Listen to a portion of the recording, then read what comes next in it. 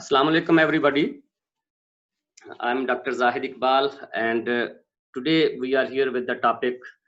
Basically our lecture is divided into two parts. The first part is nephrotoxic drugs and the second part would be that we are going to discuss diuretics. Very brief discussion about diuretics. So starting with our first part, nephrotoxic drugs, let's have a look at our objectives. So at the end of session, I would expect from you people that you should know what is nephrotoxicity and what are nephrotoxins and what are different manifestations of nephrotoxicity and what are different sites and pathological types of renal injury and what are different types of nephrotoxic drugs and what kind of injury they produce and how to adjust dose in renal injury. So these are the objectives of our first session. So going to introduction, let's first discuss, is it necessary to discuss nephrotoxicity and nephrotoxic drugs? To me, yes, it is very important and necessary to discuss because renal damage causes significant morbidity and mortality in the population over the globe. And it may be acute kidney injury, acute tubular necrosis, chronic kidney diseases, and inflammatory disorders. And all these types of renal injuries you may already know because of pathology. And another necessity for being discussed is because this renal damage increases healthcare expenses both for the individual who is suffering and for the nation at large. Like जैसे कि अगर किसी को कोई renal injury है या renal failure का patient है और हम जाहिर है उसके तो पैसे खर्च होंगे ही, लेकिन अगर हम उसको किसी सरकारी अस्पताल में डायलिसिस पे डाल दें तो जाहिर है वो एक कौम का भी यूं समझ लें कि हेल्थ केयर एक्सपेंसेस जो बढ़ जाते हैं, सिस्टम पे उसका बर्डन आता है. And also the necessity is because renal damage due to drugs, क्योंकि हम आज नेफ्रोटॉक्सिक ड्रग्स को डिस्कस करने जा रहे हैं. And this renal damage caused by nephrotoxic drugs is preventable. That's why we should discuss and we should have knowledge and insight of this nephrotoxicity and nephrotoxic drugs so that we can prevent it well in time. Well, now coming to nephrotoxicity. So nephrotoxic injury or nephrotoxicity is damage to one or both kidneys that results from exposure to a toxic substance. Nephrotoxic injury is damage to one or both kidneys that results from exposure to toxic substance. यानी कि nephrotoxicity हम इस चीज को कहते हैं कि एक या दोनों किडनीज जो हैं वो डैमेज होते हैं इन वन वे या अदर, जो कि अभी हमने चार चीजें डिस्कस की हैं, किसी भी तरह से कोई डैमेज हो सकते हैं due to exposure to toxic substance. वो सब्सटेंस ड्रग भी हो सकती है जो हम किसी बीमारी की ट्रीटमेंट के लिए देते हैं, वो ड्रग जो है मे प्रूव नेफ्रोटॉक्सिक. वो हम डिस्कस करेंगे कौन कौन सी हो सकती हैं. And now nephrotoxins. Nephrotoxins are the chemicals displaying nephrotoxicity. Nephrotoxins वो केमिकल्स हैं जो नेफ्रोटॉक्सिसिटी करते हैं. वो नेफ्रोटॉक्सिसिटी करने वाले केमिकल्स ड्रग्स भी हो सकती हैं जो हम किसी भी बीमारी में इस्तेमाल करते हैं. And they may lead to more side effects of certain drugs. They may increase nephrotoxicity which is already present, and they may change the drug metabolism that may become later on nephrotoxic due to accumulation of the drug in the system, in the body. सो इससे आप अंदाजा करें कि nephrotoxicity जो है वो क्या कर सकती है, नेफ्रोटॉक्सिन क्या कर सकते हैं, वो किसी भी ड्रग के साइड इफेक्ट्स को एनहेंस कर सकते हैं और जो ऑलरेडी प्रेजेंट नेफ्रोटॉक्सिसिटी है उसको इंक्रीज कर सकते हैं, उसकी इंटेंसिटी को, या ड्रग मेटाबॉलिज्म जो है उसको भी चेंज कर सकते हैं, वो और नेफ्रोटॉक्सिसिटी हो सकती है उससे। Now there are relatively common complications are several diagnostic and therapeutic agents। कुछ जो डायग्नोस्टिक एजेंट हम देते हैं वो हम डिस्कस करेंगे अभी, या हम थेराप्यूटिक एजेंट जो ड्रग्स देते हैं उनकी कुछ की कॉमन कॉम्प्लिकेशंस हैं, और specially on the kidney they may include those manifestations. वो क्या हो सकती हैं, they may result in electrolyte imbalance and acid base abnormalities. आपको पता है किडनी जो इलेक्ट्रोलाइट बैलेंस को मेंटेन करता है, तो वो इलेक्ट्रोलाइट इम्बैलेंस होगा तो जाहिर है फिर उसके नुकसान सामने आएंगे। And urine sedimentation abnormalities another manifestation is, and another important manifestation proteinuria, pyuria and hematuria। ये वो मैनिफेस्टेशन है जो कि हमें नजर भी आ सकती है, लाइक कैसे protein urea, protein in the urine test होते हैं, आप टेस्ट के जरिए आपको पता चल सकता है कि कितना प्रोटीन जो है वो वेस्ट हो रहा है यूरिन के अंदर, ठीक है ना।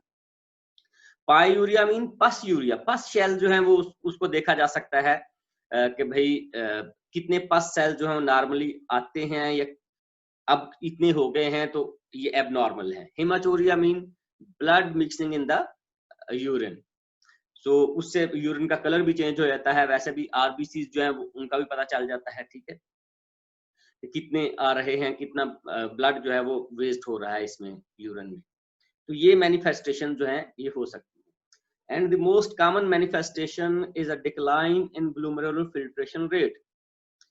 जीएफआर जो है वो डिक्रीज हो जाती है, जो रीनल फेलियर की तरफ जाने वाले काम है उनमें जो सबसे अहम है वो है जीएफआर डिक्रीज हो जाती है। वो जीएफआर जब डिक्रीज होती है, ग्लोमेरुलर फिल्ट्रेशन रेट, तो उससे क्या होता है, this results in rise in serum creatinine and blood urea nitrogen. ये हॉलमार्क टेस्ट हैं, ब्लड यूरिया नाइट्रोजन और serum creatinine.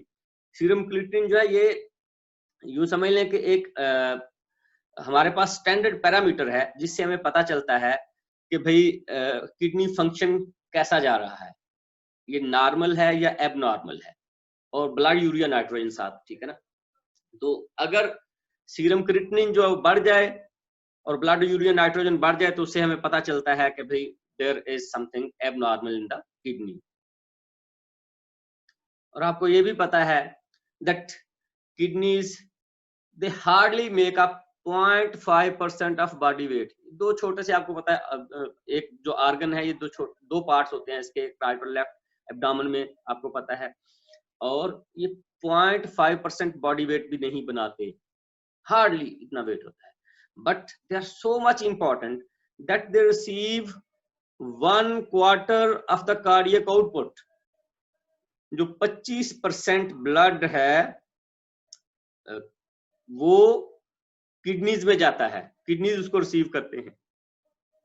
So they have got high share, line share in cardiac output. अगर इतना ज्यादा ब्लड इनकी तरफ जाता है तो इसका मतलब है they have to perform some important function. और अगर कोई ड्रग इंड्यूस्ड रीनल डिजीज हो जाए या इंजरी हो जाए तो वो किस तरह की हो सकती है, या ड्रग्स कैसे इंजरी प्रोड्यूस कर सकती हैं। There could be direct biochemical effect of the drug on the kidneys, वो डायरेक्टली इफेक्ट करती हैं, वहां पे कोई इंजरी कर सकती हैं या कुछ भी कर सकती हैं, ठीक है, किसी प्रोसेस को डिस्टर्ब कर सकती हैं, direct affecting on the kidney. There could be indirect effect, कि उन्होंने कहीं पे और इफेक्ट दिया है बट उसके जो इनडायरेक्ट इफेक्ट्स हैं उन्होंने किडनी को इफेक्ट किया है। And another important is immunologic effect, कि वो इम्यून सिस्टम एक्टिवेट हो गया है और उसकी वजह से किडनी जो है उसमें इंजरीज आना शुरू हो गई हैं, और वो इम्यून सिस्टम एक्टिवेट किस वजह से हुआ, due to that drug. Well, drug induced impairment of renal function may be जो कि हमारे पास जो ये हमने अभी 3 डिस्कस किए उनमें हम इनको 1 बाय 1 डिस्कस करते हैं, कौन सी ड्रग क्या क्या कर सकती है। Like direct biochemical effect that substances those may cause direct toxicity, they may be antimicrobials। जो डायरेक्ट बायोकेमिकल इफेक्ट देते हैं, जो डायरेक्ट टॉक्सिसिटी करते हैं, वो एंटीमाइक्रोबियल्स होते हैं। उनमें सरे फहरिस्त अमाइनो ग्लाइकोसाइड्स हैं। स्ट्रेप्टोमाइस आपने सुना होगा, अमाइनो ग्लाइकोसाइड्स आप पढ़ेंगे भी इंशाल्लाह ताला, ठीक है ना। कैनामाइसिन, स्ट्रेप्टोमाइसिन, ये सारे के सारे जो हैं ये they are known to be nephrotoxic और हिपैटोटॉक्सिक दोनों। Amphotericin B, again this is antimicrobial agent, and sulphonamides and cephalosporins, again they are also antimicrobials, antibiotics हैं ये, और ये डायरेक्ट टॉक्सिसिटी करती हैं किडनी में, डायरेक्ट बायोकेमिकल इफेक्ट आता है। एक बड़ी मशहूर एक क्लास है हमारे पास, very important well known class, NSAIDs, non steroidal anti inflammatory drugs. And these non steroidal anti inflammatory drugs are like, आप जो आम हालात में यूज करते हैं, आपको याद होगा उनमें सरे फहरिस्त जो है पॉन्स्टान हम लेते हैं ना सर दर्द के लिए, ठीक है, और इसी तरह कोई और दर्द हो तो हम उसके लिए जो दर्द की गोलियां लेते हैं तो वो मोस्टली NSAIDs होती हैं, ठीक है, non steroidal anti inflammatory drugs. And heavy metals, आजकल हमारे जो हम पानी पीते हैं खुसूसी तौर पे, उनमें हैवी मेटल्स आ सकती हैं, इसलिए पानी जो है उसका एनालिसिस होना चाहिए ताकि हमें पता चले कि इसमें क्या क्या चीज मौजूद है, is it safe for drinking और नॉट। क्योंकि पानी का सिर्फ पी लेना, जायका उसका अच्छा होना, यही नहीं होता, उसमें जो चीजें मौजूद होती हैं, जो हैवी मेटल्स हैं, उनकी कितनी लिमिट है, परमिसिबल लिमिट है उनकी या नहीं है, या परमिसिबल लिमिट से ज्यादा है।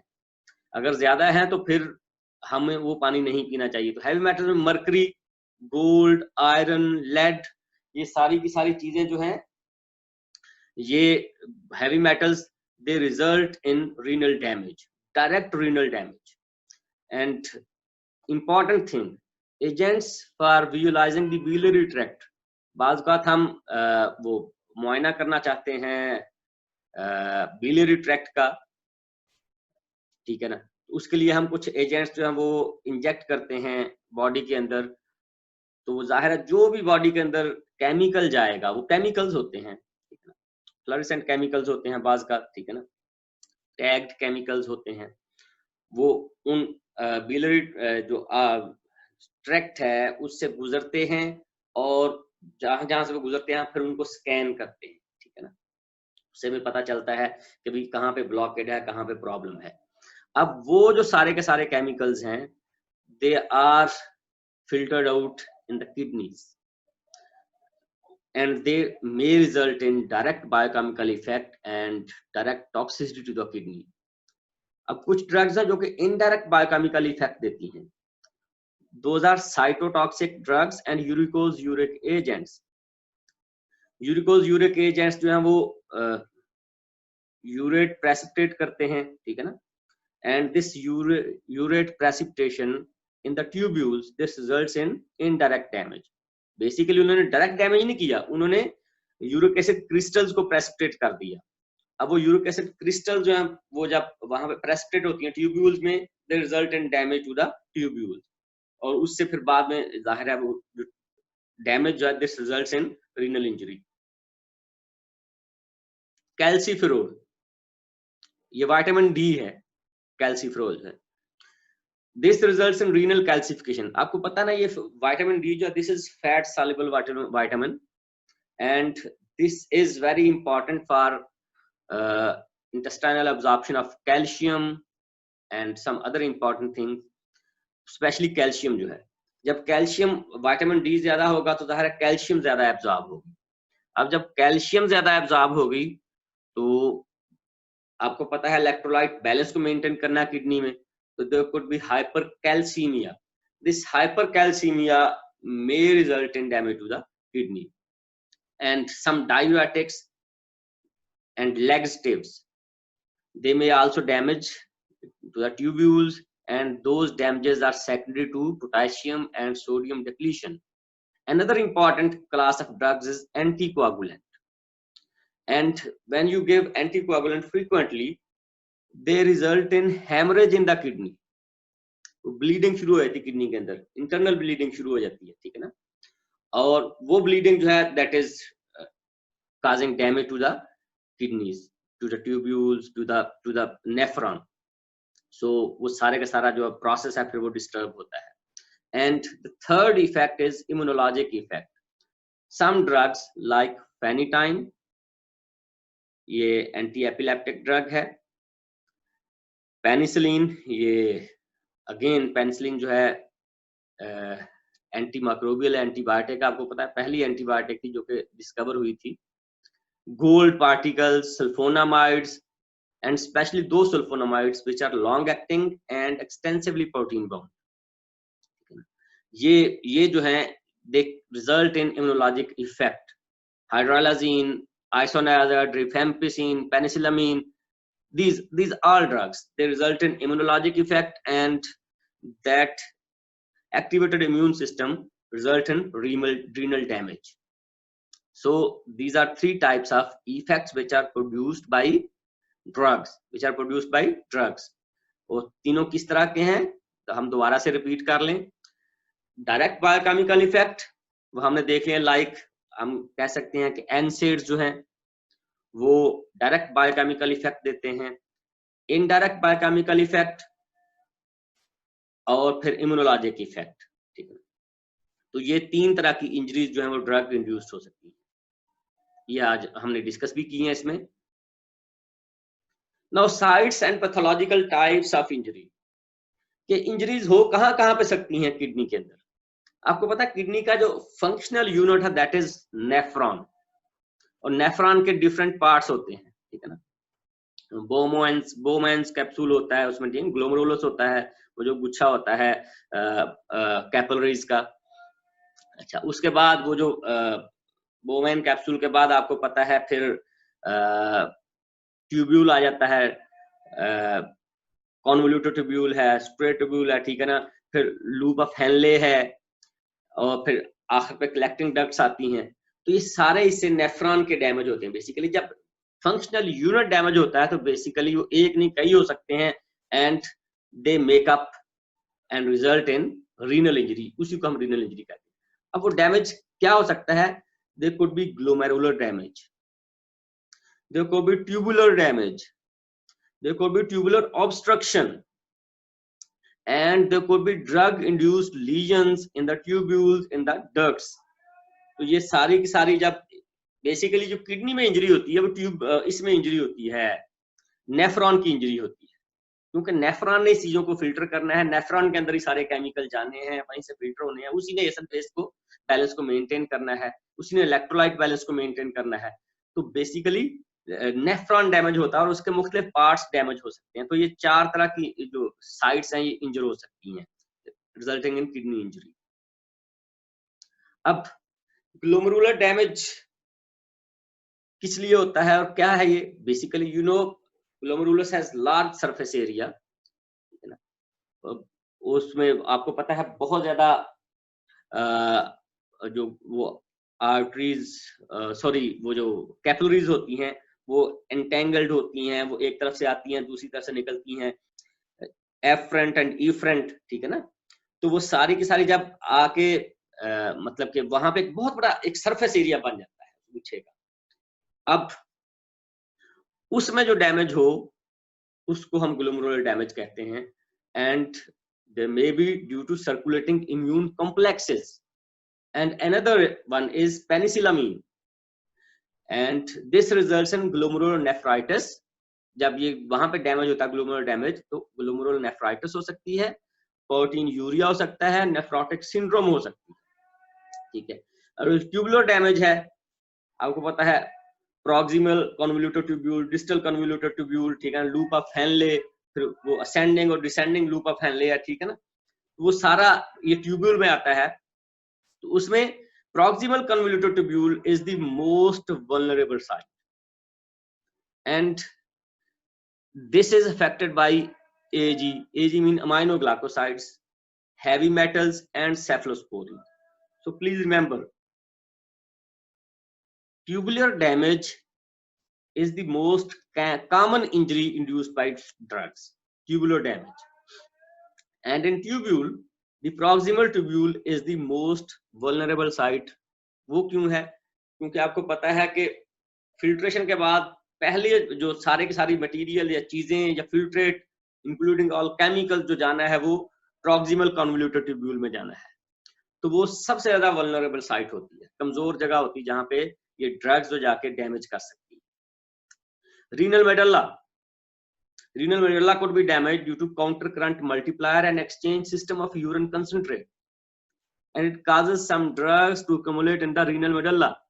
जब वो exchange system जो है वो होता है तो ड्रग्स जो है रीनल मेडुल्ला में जाके accumulate हो जाती हैं और वहां पे जाके डैमेज करती हैं, and this may result in certain nephropathies, और उसमें सर्फेरिस जो है वो एनाल्जेसिक नेफ्रोपैथी है। जैसे हमने कहा ना एनसेड जो है वो डैमेज करते हैं, डायरेक्ट डैमेज करते हैं एनसेड जो है। सो एनाल्जेसिक बेसिकली वो पेन किलर ड्रग्स जो हैं एनसेड्स एनाल्जेसिक्स हैं, तो वो रीनल मेडुल्ला को damage. Distal tubule is the site of lithium induced nephrotoxicity. तो लिथियम जो लॉन्ग टर्म यूज करते हैं बाज का जो दिमाग की कंडीशंस के लिए, ठीक है ना, सर्टेन सीएनएस कंडीशंस के लिए, तो उसमें जो लिथियम है वहां पे एक्युमुलेट हो जाती है और वो उसको जाके डैमेज करती है, distal convoluted. Another thing is tubule obstruction. अब ट्यूब्यूल ऑब्स्ट्रक्शन जो है this is due to, obstruction कब होगी ट्यूब्यूल की? जब वहां पे कुछ चीज जाके एक्यूमुलेट हो जाएगी, जमा हो जाएगी। And most common accumulation is crystal deposition, crystals बन जाती हैं, ठीक है ना, किसी केमिकल की किसी ड्रग की वहां पे क्रिस्टल्स बन जाती हैं and they are not excreted, और वो वहां पे जमा हो जाती हैं and those crystals they result in direct damage to the tubule because of obstruction. Methotrexate जो है ये ड्रग जो है ये रिस्पॉन्सिबल है, एक एग्जाम्पल के तौर पे मैं कह रहा हूँ, this is for crystal deposition and tubule obstruction. इसका जो नेफ्रोटॉक्सिक इफेक्ट है वो इस तरह आता है। Other drug induced lesions like vasculitis हो सकती है, एलर्जिक इंटरस्टिशियल नेफ्राइटिस हो सकती है, सिस्टमैटिक लूपस एरिथमेटिस हो सकती है, ठीक है ना, हाइड्रोलाजीन है, प्रोकेनामाइड है, ये कर सकती हैं। लाइक जो एलर्जिक इंटरस्टिशियल नेफ्राइटिस है, ये पेनिसिलिन जो है they are very known for producing allergy. इनका जो प्रिकॉशनरी मेजर्स हैं, पेनिसिलिन जो है एंटीबायोटिक है, इनकी जो प्रिकॉशनरी मेजर्स उनमें हम देखते हैं कि इनका एलर्जिक रिस्पांस आ रहा है कि नहीं, ठीक है ना। सो दे प्रोड्यूस एलर्जीज, और वो जो एलर्जेंस हैं या एंटीजन एंटीबॉडी कॉम्प्लेक्सेस हैं they result in allergic interstitial nephritis. So हमारे पास 4 तरह की यहाँ पे हमने जो साइट्स हैं और टाइप्स ऑफ इंजरी वो डिस्कस किए, 4 तरह की, वो हम दोबारा से रिपीट कर लेते हैं। Number 1 is glomerular damage, number 2 is tubular damage, वो प्रॉक्सिमल ट्यूब्यूल में भी हो सकता है और डिस्टल ट्यूब्यूल में भी हो सकता है। और आपको मैंने जैसे डिस्कस किया अभी, जो प्रॉक्सिमल ट्यूब्यूल है that is most vulnerable site, और जो डिस्टल ट्यूब्यूल आपको पता उसमें लिथियम की वजह से होती है ज्यादातर ऑब्स्ट्रक्शन और जो डैमेज है। And another thing is tubule obstruction, तो वो ट्यूब्यूल ऑब्स्ट्रक्शन अभी हमने डिस्कस किया कि वो क्रिस्टल्स की डिपोजिशन की वजह से हो सकता है। उसमें एक एग्जांपल मेथोट्रेक्सेट की दी थी, ठीक है ना। Methotrexate is basically DMARD, disease modifying anti rheumatoid agents, ठीक है ना। रूमेटाइड आर्थराइटिस में ये यूज होते हैं मेथोट्रेक्सेट, ठीक है। सो ट्यूब्यूल ऑब्स्ट्रक्शन जो है वो क्रिस्टल डेपोजिशन की वजह से, and some other drug induced lesions वो हमने डिस्कस की थी, जैसे वास्कुलाइटिस है, एलर्जिक इंटरस्टिशियल नेफ्राइटिस है, acute renal failure. This is very important. Acute renal failure. This is due to aminoglycoside toxicity and cisplatin, and nephrotic syndrome may be due to gold, penicillamine, captopril, ठीक है ना। Pril जो है अभी आपने शायद discuss कर लिया हो, ये सीवीएस में, ये एंटी हाइपरटेंसिव ड्रग्स हैं, एनारेप्रिल, कैप्टोप्रिल, लसिनोप्रिल, इस तरह के प्रिल इनके आगे आता है, ठीक है ना। इसी तरह सार्टेन जिसके आगे आता है, लोसार्टेन, ठीक है ना। सार्टेन जो है वो भी एंटी हाइपरटेंसिव होती है। तो chronic renal failures, this may be result of NSAIDs. NSAIDs जो मल्टीपल रीनल डैमेज करते हैं, उनमें chronic renal failure. Functional impairment, loop diuretics जो है वो वैसे ही सिस्टम जो है उसका उसके फंक्शन को इम्पेयर कर देते हैं, loop diuretics. And there could be acid base imbalances. तो ये अदर ड्रग इंड्यूस्ड लीजन्स हैं, उनमें ये सारी की सारी आ सकती हैं। Acute renal failure, chronic renal failure, nephrotic syndrome, functional impairment, acid base imbalances, ठीक है ना, ये सारे आ सकते हैं।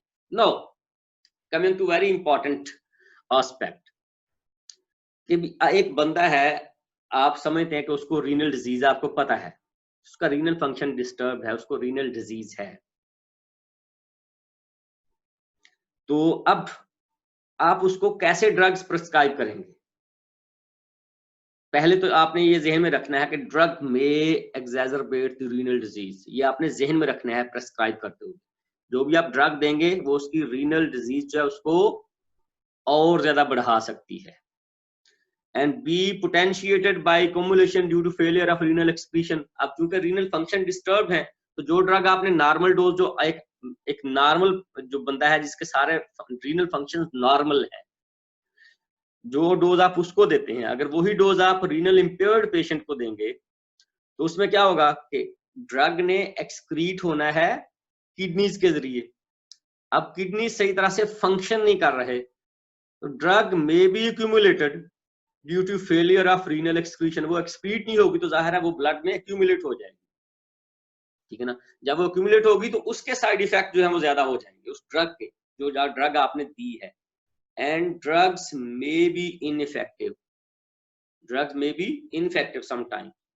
So keeping in view all these conditions, you need to adjust dose for the renal impaired patients. ऐसे patients जिनका renal function impaired है, disturbed है, abnormal है, उनको आप ड्रग आम जो रूटीन डोज है वो नहीं दे सकते, आपको डोज को एडजस्ट करना पड़ेगा। इसको हम कहते हैं डोजेज एडजस्टमेंट। अब डोजेज एडजस्टमेंट में दो तीन चीजें हमने ज़हन में रखनी है। सबसे पहली बात कि जनरल रूल क्या है कि ऐसी drugs who are wholly and largely excreted by kidney and that produce active renally eliminated metabolite, ऐसी ड्रग्स जिनकी जो मेजर एक्सक्रीशन है वो किडनीज के जरिए होती है, या उनके जो मेटाबोलाइट्स जो हैं वो किडनी के जरिए एलिमिनेट होते हैं, आपने उसकी जो स्लाइटली रिड्यूस्ड इनिशियल डोज देनी है, जो आप जिसको हम कहते हैं ना लोडिंग डोज, वो आपने पहली डोज, उसको हम लोडिंग डोज कहते हैं, वो आपने थोड़ी सी कम करनी है, ठीक है ना। उन ड्रग्स की जो कि किडनी के थ्रू एक्सक्रीट होती हैं या उनके मेटाबोलाइट किडनी के थ्रू एक्सक्रीट होते हैं, क्योंकि अब रीनल फंक्शन इम्पेयर्ड है, तो अगर आप वही रूटीन डोज देंगे तो वो क्या होगा, वो ड्रग जो एक्यूमुलेट हो जाएगी, पूरी तरह से एक्सक्रीट नहीं होगी, तो उसके टॉक्सिसिटी बढ़ जाएगी उस ड्रग की। So you give reduced initial dose, जिसको हम लोडिंग डोज कहते हैं, and then you lower the maintenance dose. आप लोडिंग डोज के बाद आपने मेंटेनेंस डोजेस देनी होती है, ठीक है ना। आप वो जो डोज बाद वाली डोजेस हैं वो भी कम कर देंगे, उसकी अमाउंट मिकदार कम कर देंगे।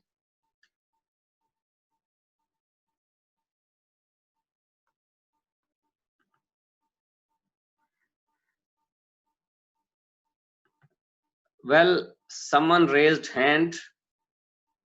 हम अभी 2-3 मिनट में हम एक डिस्कशन सेशन हमारा शुरू हो जाएगा, इसमें डिस्कशन हम करेंगे, तो उसमें फिर आप क्वेश्चन कर सकते हैं। अभी आपके लिए क्विज आना है यहाँ पे, उसी में आप क्वेश्चन कर लें। बस ये 2-3 स्लाइड्स के बाद हमारा पहला सेशन जो है वो पहला पार्ट खत्म हो जाएगा। तो आपने ऐसी ड्रग्स जो कि किडनी के जरिए एक्सक्रीट होती हैं, ये जिनके मेटाबोलाइट किडनी के जरिए एक्सक्रीट होते हैं, उनकी लोडिंग डोज और मेंटेनेंस डोज दोनों को कम करना है।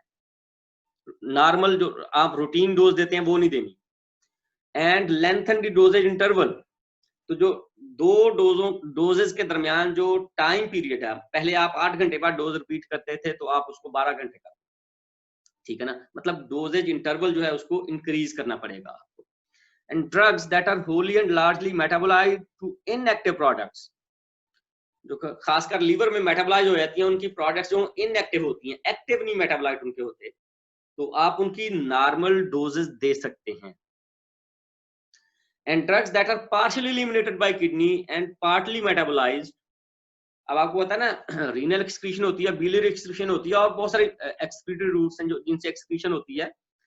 तो अगर तो पार्टली एलिमिनेटेड बाय किडनी, मतलब कुछ हिस्सा उसका किडनी के जरिए होता है, you can give a normal initial dose and you should adjust the maintenance dose to a bit lower level, and you should also adjust the dosage interval, उसको भी आपको एडजस्ट करना पड़ेगा depending on patient condition.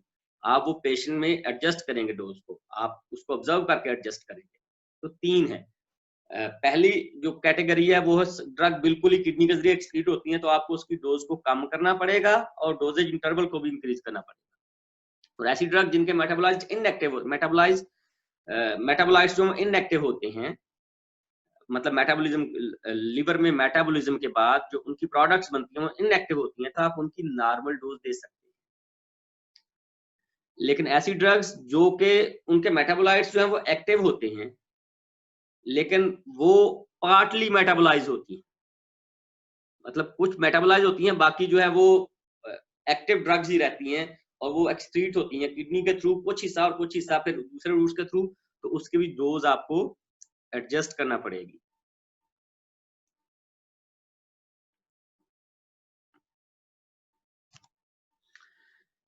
Now, this is time for quiz.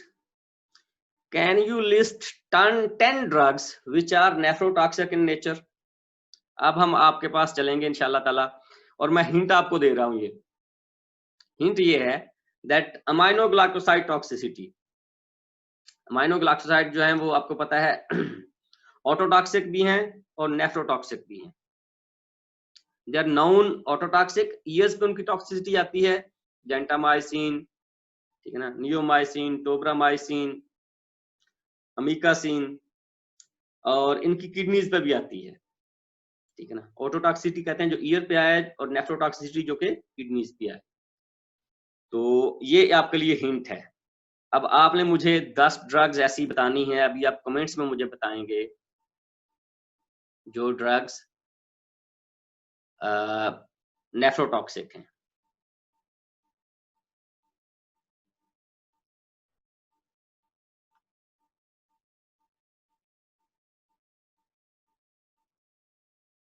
Ji,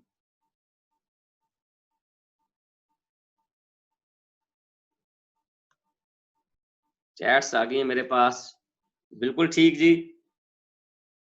penicillin है, NSAIDs हैं, आपने मुझे 10 drugs पूरी करवानी है।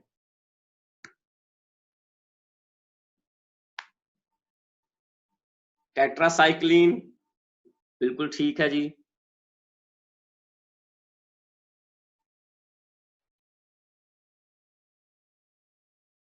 और बोलें, अभी आपके साथ जो मैंने पूरी वो लिस्ट शेयर की थी, फेम्पिन बिल्कुल ठीक है, ये एंटी ट्यूबरकुलस ड्रग है, बिल्कुल ठीक।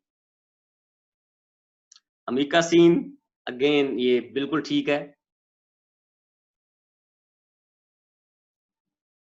भाई एंटीबायोटिक या एंटी माइक्रोबियल्स के अलावा भी कुछ बताएं ना।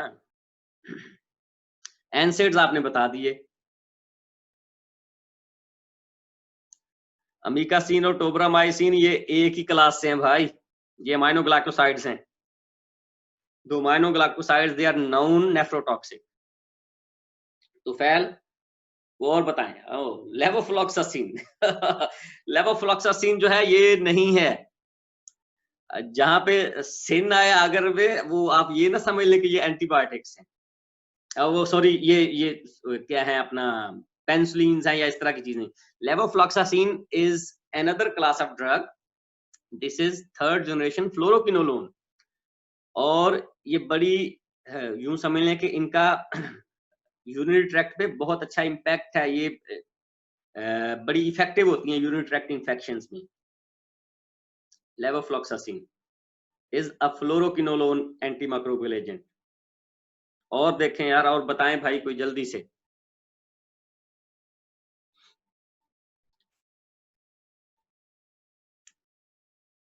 आप लोग खामोश हो गए हैं, क्या बात हो गई?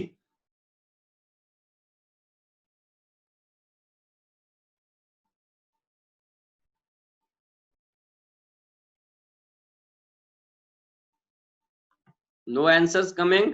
और सो तो नहीं गए आप लोग भाई? अपनी प्रेजेंस शो करें यहाँ पे। हाथ किसने खड़ा किया था वो बताए जरा, वो क्या पूछना चाहते थे?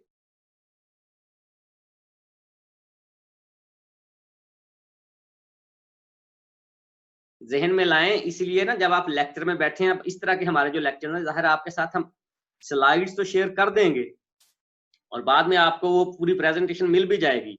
लेकिन जब आप इस तरह लेक्चर में बैठें तो आप ऐसे करें कि अपने पास आप एक कॉपी पेंसिल रखें और इंपॉर्टेंट पॉइंट्स को नोट करें।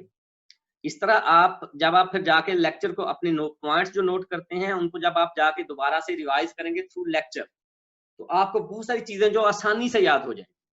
तो ये मेरी सजेशन है आप लोगों के लिए, और ये लाइफ एक्सपीरियंस की बुनियाद पे मैं सजेशन दे रहा हूँ आपको। Heavy metals very good. Gold, lead ठीक है, बिल्कुल ठीक है। मरकरी बिल्कुल ठीक है, मरकरी की टॉक्सिसिटी होती है।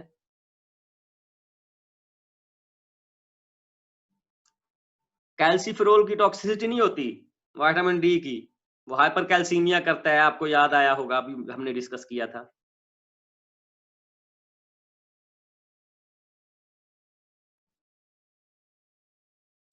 अच्छा, अभी पहले तो मुझे आप अभी हम दोबारा से वो लिस्ट को रिवाइज कर लेंगे। मुझे ये बताएं कि आप लोग अपने पास कॉपी पेंसिल रखते हैं? जरा यहाँ पे बताएं मुझे, यस और नो में बताएं। और अभी एक बंदे ने अपनी तो वो वीडियो भी शेयर कर दी थी, जो उसका मतलब वीडियो रिकॉर्डिंग ऑन थी तो वो लेटा हुआ था।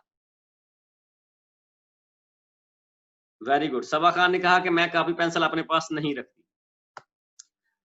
सबा बेटा जरूर रखें।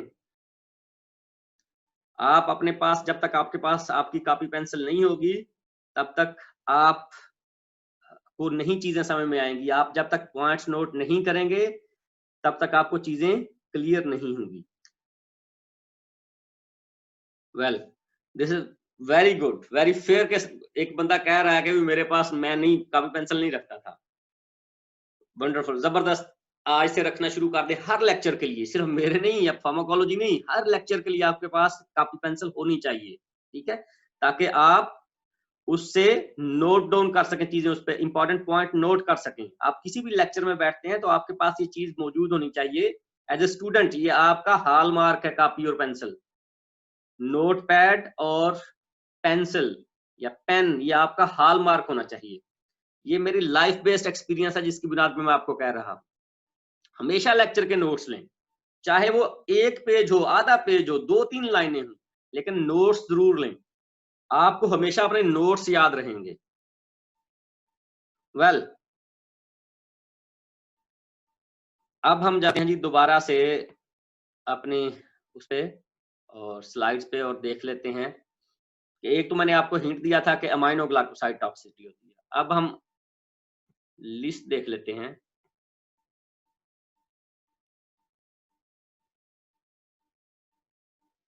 वेल, एंटीबायोटिक्स, ये लिस्ट है नेफ्रोटॉक्सिक ड्रग्स की। अमाइनो ग्लाइकोसाइड्स हैं, वेनकोमाइसिन है, ठीक है ना, एम्फोटेरिसिन बी है, ठीक है। फिर ये एंटी फंगल एजेंट जो है एम्फोटेरिसिन बी, ठीक है। अच्छा, इसमें वेरी इंपॉर्टेंट अमाइनो ग्लाइकोसाइड के साथ साथ पेनिसिलिन है, ठीक है। अच्छा, पेनिसिलिन के साथ सेफलोस्पोरिन्स भी आती हैं, वो भी नेफ्रोटॉक्सिक उनका इफेक्ट है। अच्छा, ये होगी। फिर सल्फोनामाइड्स, वो भी बहुत ज्यादा नेफ्रोटॉक्सिटी होती है उनकी। इम्यूनोमॉड्यूलेटर्स जो हैं, ठीक है ना, कैल्सिन्यूरिन इनहिबिटर्स हैं, कीमोथेराप्यूटिक एजेंट्स हैं, साइक्लोस्पोरिन है, एंटीवायरल एजेंट्स एसाइक्लोविर है, एंटी हाइपरटेंसिव एजेंट्स में एस इनहिबिटर्स, वो जो प्रिल्स मैंने कहा था ना, एंटी हाइपरटेंसिव जो ब्लड प्रेशर लोअरिंग ड्रग्स हैं, प्रिल्स, एस इनहिबिटर्स उनको कहते हैं, एंजियोटेंसिन कन्वर्टिंग एंजाइम इनहिबिटर्स। उनको याद करने का एक फार्मूला आखिर में आएगा प्रिल, कैप्टोप्रिल, लैसिनोप्रिल। इस तरह के प्रिल जब आए ना तो समझ लें वो एस इनहिबिटर है। ACE inhibitor, ACE inhibitor is anti hypertensive. ARBs, certain मैंने कहा था, एंजियोटेंसिन रिसेप्टर ब्लॉकर्स, लोसार्टेन, ठीक है ना। इस तरह के जो भी जिसके आखिर में सार्टेन आएगा, SARTN, सार्टेन, तो वो ARBs होते हैं। डायूरेटिक्स हैं, बीटा ब्लॉकर्स हैं, ठीक है ना। ये एजेंट्स जो हैं ये भी नेफ्रोटॉक्सिसिटी करते हैं। NSAIDs, they are known for nephrotoxicity, ठीक है। Long term use of NSAIDs, it results in nephrotoxicity, renal failure, cocaine, ethanol, ethylene glycol, heavy metals हैं।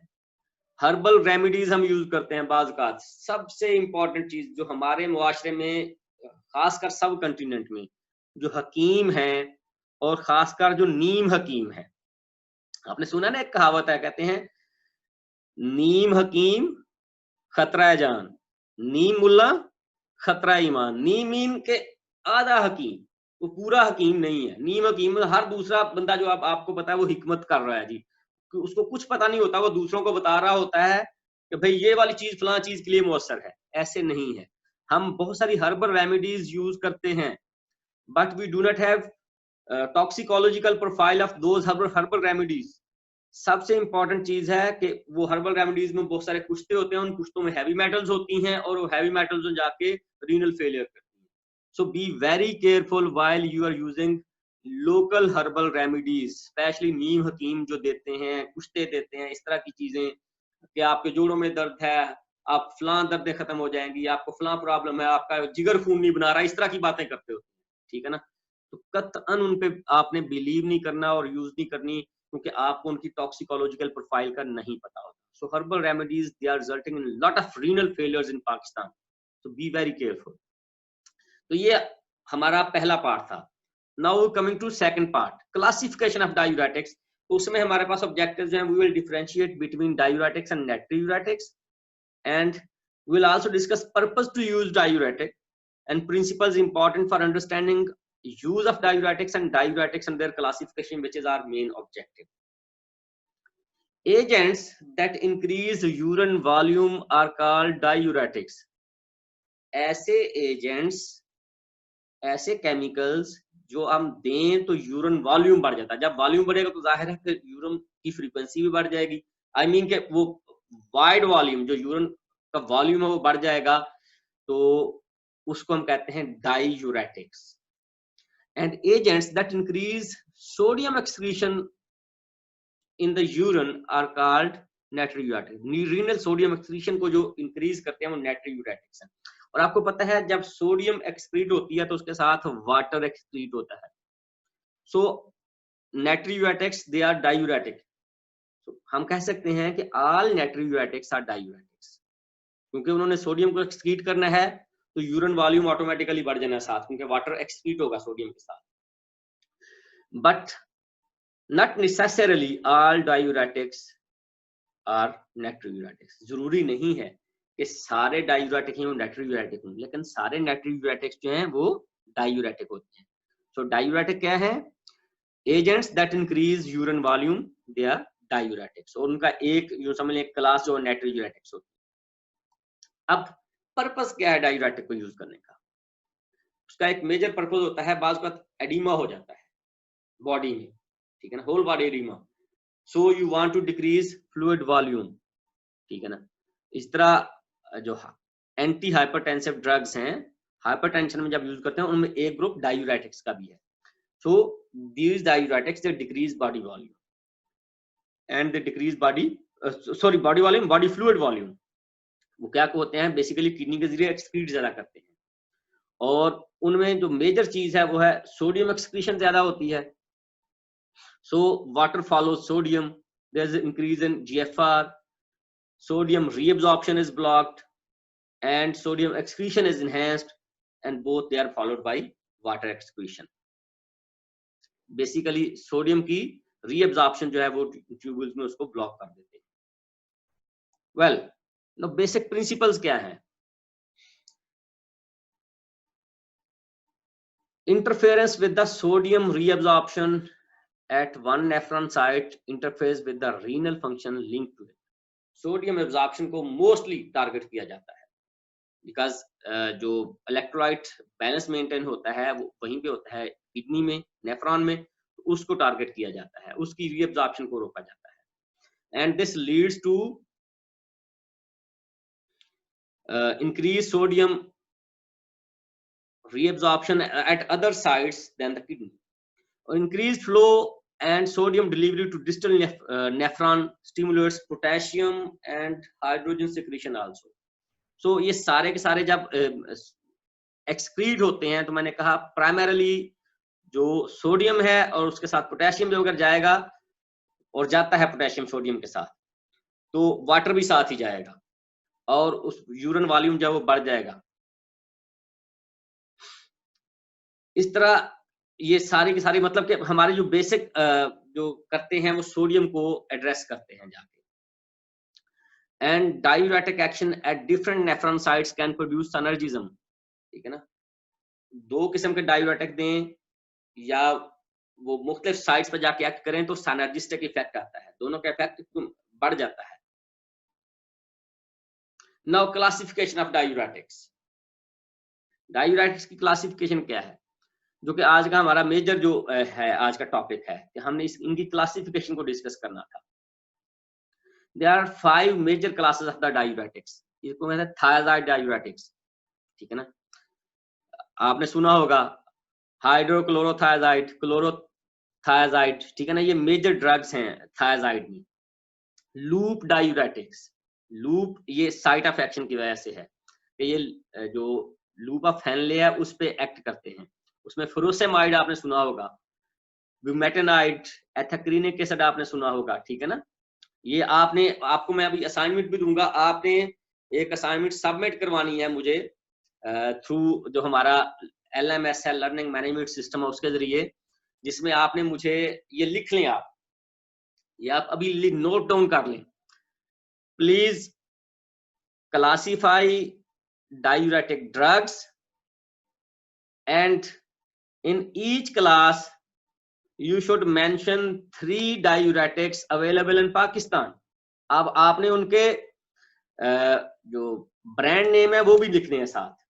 हर क्लास में 3 ड्रग्स, अगर 3 ना हो तो मिनिमम 2 ड्रग्स आपने हर क्लास में मेंशन करनी है. ये आपकी असाइनमेंट है कि आपने डायूरेटिक्स जो है ये these are very important drugs, तो आपने इनको नंबर 1 इनकी क्लासिफिकेशन को लिखना है और उसके आगे आपने कैसे बना के, जैसे ये बना हुआ है कि थायराइड डायूरेटिक्स और हमारे पास पाकिस्तान में कौन कौन से ब्रांड अवेलेबल है. ठीक है ना, वो ब्रांड नेम उसके अंदर उसका फिर आपने जेनरिक नेम लिखना है. ठीक है ना, ये इसमें क्या है. And then the potassium sparing diuretics. ये पोटेशियम स्पेयरिंग डायूरेटिक्स जो है ये आपको पता ना, मैंने जैसे अभी हमने वो प्रिंसिपल्स को डिस्कस किया कि जब सोडियम एक्सक्रीट होती है तो उसके साथ पोटेशियम भी जाती है और वाटर भी जाता है. तो पोटेशियम डिप्लीशन जो है दैट में result in severe side effects in the body, specially potassium depletion जो है. सो ऐसे डायूरेटिक्स हैं जो कि पोटेशियम को रिजर्व करते हैं, स्पेयर करते हैं और सिर्फ सोडियम को जाने देते हैं, तो उनको कहते हैं पोटेशियम स्पेयरिंग डायूरेटिक्स. ठीक है, प्लेरिनोन है, स्पाइरोनोलैक्टोन है, ट्राइएम्ट्रीन है, एमिलोराइड है इसमें. ठीक है ना, कार्बनिक एनहाइड्रेज इनहिबिटर्स, एस्टाजोलामाइड है. ऑस्मोटिक डायूरेटिक्स मैनिटोल है, ये जाके कलेक्टिंग डक्ट्स में जाके ये वहां पे डक्ट्स के अंदर वहां पे जाके ये ऑस्मोटिक प्रेशर की वजह से, अपनी हाई ऑस्मोलैरिटी की वजह से वाटर को अट्रैक्ट करता है और वाटर ज्यादा जमा होता है, फिर स्पीड भी ज्यादा होता है. तो कितनी टाइप्स है हमारे पास? 5 टाइप्स हैं डायूरेटिक्स की.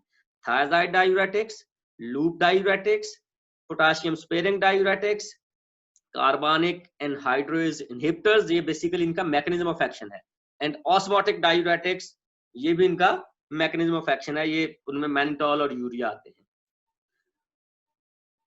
मैं अभी आपके इन सवालों का जवाब देता हूं जो आपने हाथ खड़े किए हैं। थोड़ा सा हम इसको डिस्कस कर लें ताकि हम फिनिशिंग की तरफ जा रहे हैं अपने आज के लेक्चर की, तो फिर उसमें हम इंशाल्लाह ताला सारी आखिर में डिस्कशन कर लेंगे। Now review of anatomy of nephron, ये बेसिकली मैंने आपको बताना था, आपको पता है कि this one is Bowman's capsule और ये ग्लोमेरुलस है, ठीक है ना। और इसमें फिल्ट्रेशन के बाद जो ग्लोमेरुलर फिल्ट्रेट है वो क्या आता है, ये कॉन्वोल्यूटेड ट्यूब्यूल है, इसको कहते हैं प्रॉक्सिमल कॉन्वोल्यूटेड ट्यूब्यूल, ठीक है ना। और ये डिस्टल कॉन्वोल्यूटेड ट्यूब्यूल है, ये लूप ऑफ हेनले है, ये डिसेंडिंग है, ये असेंडिंग है, ठीक है ना।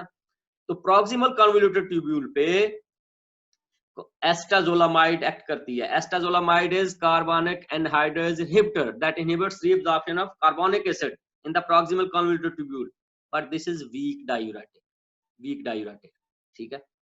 अब जो डिसेंडिंग लूप ऑफ हेनले है और specially descending loop of Henle, इस पे फ्रूसेमाइड, ठीक है ना, एथाक्रिनिक एसिड, ठीक है ना, these are called loop diuretics, ठीक है ना।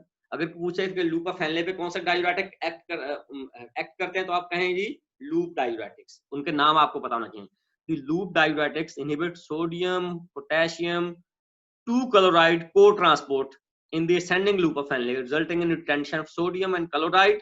वो लूप के अंदर रहते हैं, इसके अंदर ल्यूमन के अंदर रीअब्जॉर्प्शन उनकी नहीं हो सकती, ठीक है ना, और उसकी वजह से वाटर एक्युमुलेट होता है और डायूरेसिस होती है।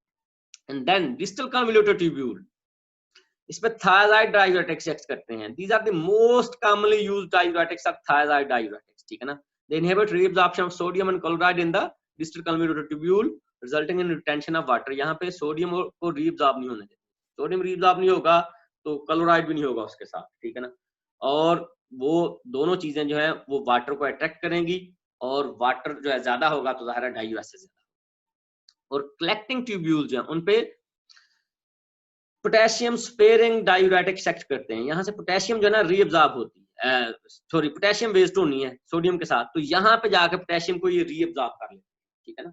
लेकिन ये वीक डायूरेटिक है, एक बात याद रखिएगा, ये जब पोटेशियम स्पेयर होती है तो डायूरेटिक का इफेक्ट जो वो कम हो जाता है, ठीक है। सो spironolactone, अमिलोराइड, ट्राइमेट्रिन, these are potassium sparing diuretics. These agents can prevent loss of potassium that occurs with thiazide or loop diuretics। तो ये यहाँ पे आके एक्ट करते हैं और पोटेशियम को स्पेयर करते हैं, ठीक है, सोडियम एक्सक्रीट आउट हो जाता है।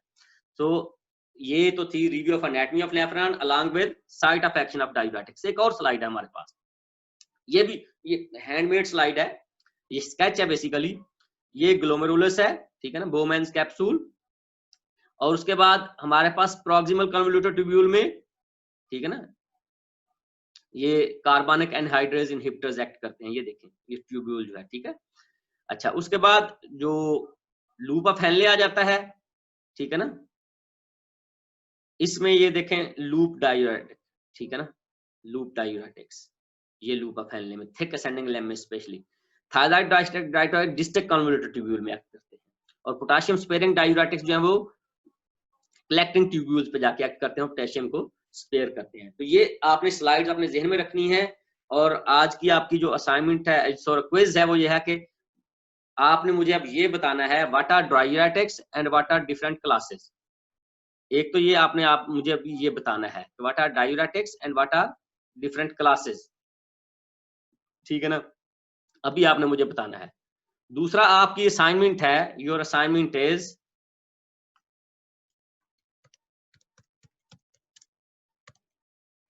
आपने क्लासिफाई करना है डायूरेटिक्स को, ठीक है ना। क्लासिफाई करें डायूरेटिक्स को along with available brands with 2 examples of brands available in Pakistan in each class, ठीक है जी, ये मैंने लिख भी दिया है। Classify diuretics with 2 examples of brands available in Pakistan in each class. या आपने बनानी है असाइनमेंट और मुझे आपने जमा करानी है, ठीक है ना। अब जो आप नाम लिखेंगे मैं उसको ये फार्मा गाइड से चेक कर लूंगा। Pharma guide is the basically आप यूं समझ लें कि एक हमारे पास ड्रग्स का पाकिस्तान में जो अवेलेबल ड्रग्स हैं उनकी एक गाइड होती है, उनका ब्रांड नेम सारे के सारे, तो मैं वहां पे क्रॉस चेक करूंगा, ठीक है। और हम कोशिश होगी कि इसकी बुनियाद पे आपको हम रैंक भी करें, ठीक है। सो आपने ये जो वीक है by the end of this week आपने ये असाइनमेंट जमा करवानी है। By the end of this week जुमे तक आपने असाइनमेंट जमा करानी है। लेकिन मुझे पता चला कि जुमे को आपका वो है लेक्चर, सॉरी टेस्ट है, तो जुमे को आप रहने दें, अगले मंगल तक जमा करवा दें, ठीक है ना। अगले मंगल तक जमा। सबा खान ने thyroid, loop, potassium sparing, carbonic anhydrase and osmotic diuretics, very good. और किसी का कोई क्वेश्चन है तो बताएं जी। क्वेश्चन नहीं है तो फिर हम थैंक यू करेंगे, और थैंक यू के बाद फिर जाहिर है हम बंद करते हैं चीजों को। Please if you have question तो please. No question, okay. Thank you very much and stay blessed, stay safe, stay happy, and concentrate on your test and your assignment as well. So see you in the next lecture. Assalamu alaikum warahmatullahi wabarakatuh.